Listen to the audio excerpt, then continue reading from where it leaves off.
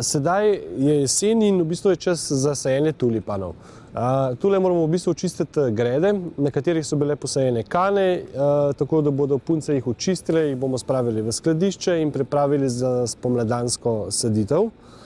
In na te grede bomo posadili tulipane.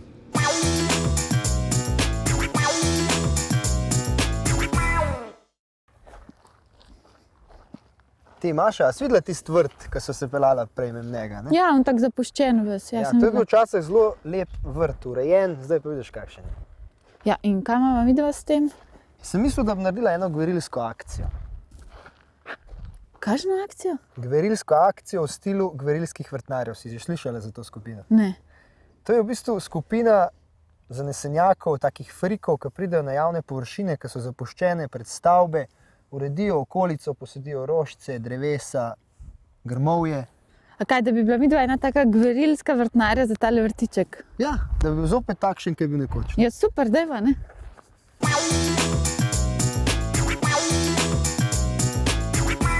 V okviru arboretuma v bistvu tule pri nas imamo kar nekaj študentov, kateri hodijo na prakso.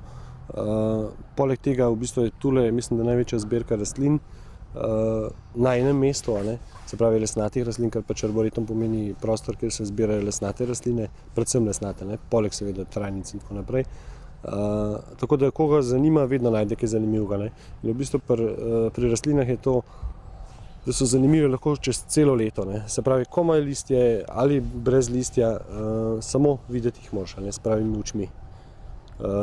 Tako da izobraževanje pa pri nas rečemo, še vedno mislim, da ena vodilnih držav v bistvu je Nemčija in Nizozemska, kar se tiče rastlina, ker pač gor imajo veliko bolj razvit v sistem izobraževanja plus zelo ogromno novih rastlin, novitet. Tako da mi iščemo tudi v Holandiji nove rastline in jih vozimo v park, da jih posadimo. Kot vidite, tule smo pred 15 dnevi zaključili most, seveda delo vrtnarjev. Malce neobičajno, vendar na vrtu mora vrtnar postoriti tudi nekaj takšnega. Tule smo si pač zamislili, da bomo naredili zbirko vodnih rastlin, predvsem irisov. Nekaj sort smo jih že posadili, ostale bodo pa spomladi, ko jih dobimo z uvoza. Tako da še spomladi dokončamo. Vidim tukaj okoli zelo veliko lepo obrezanih rastlin. A lahko recimo naredite tudi kakšno umetelno zadevo iz rastlin, recimo kakšnega laboda, kakšno tako zadevo? Seveda se da to narediti. Zato rabiš čas in pa predvsem potrpljenje. In mogoče deloma tudi že malo vizije, kako bo to izgledalo naprej. Če imaš te tri sposobnosti, potem se da vse narediti.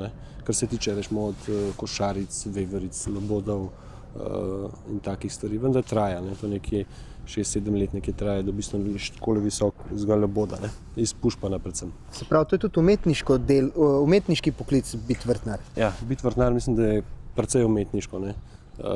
Zato, ker v bistvu mora imeti nekdo, kateri se odloči za ta poklic, sposobnost, da lahko vidi neko rastlino, ki posadi majhno rastlino, čez 20 let, kako bo velika, kako se bo približno razrasla, zato da jih ve, koliko narazen posaditi in kaj kombinirati skupaj s temi rastlinami.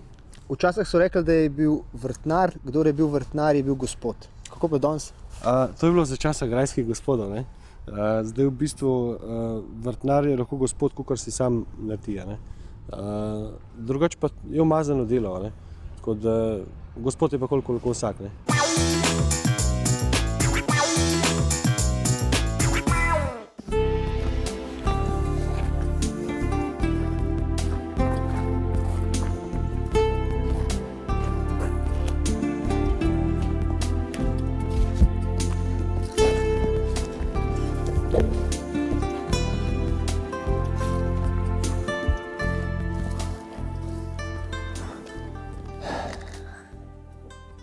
Ne bi šel še nazaj, ne?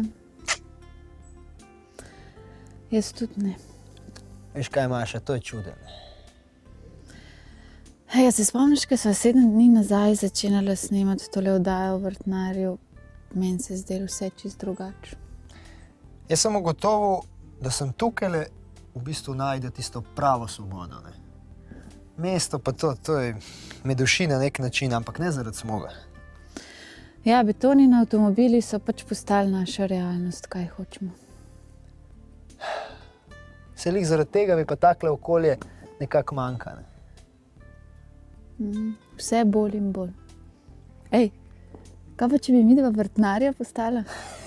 In če bi ti rekel, da bi to res rad postal? Ne vem, bi ti rekla, da imaš tlele strokovnjakinjo za rože in travnice. Super.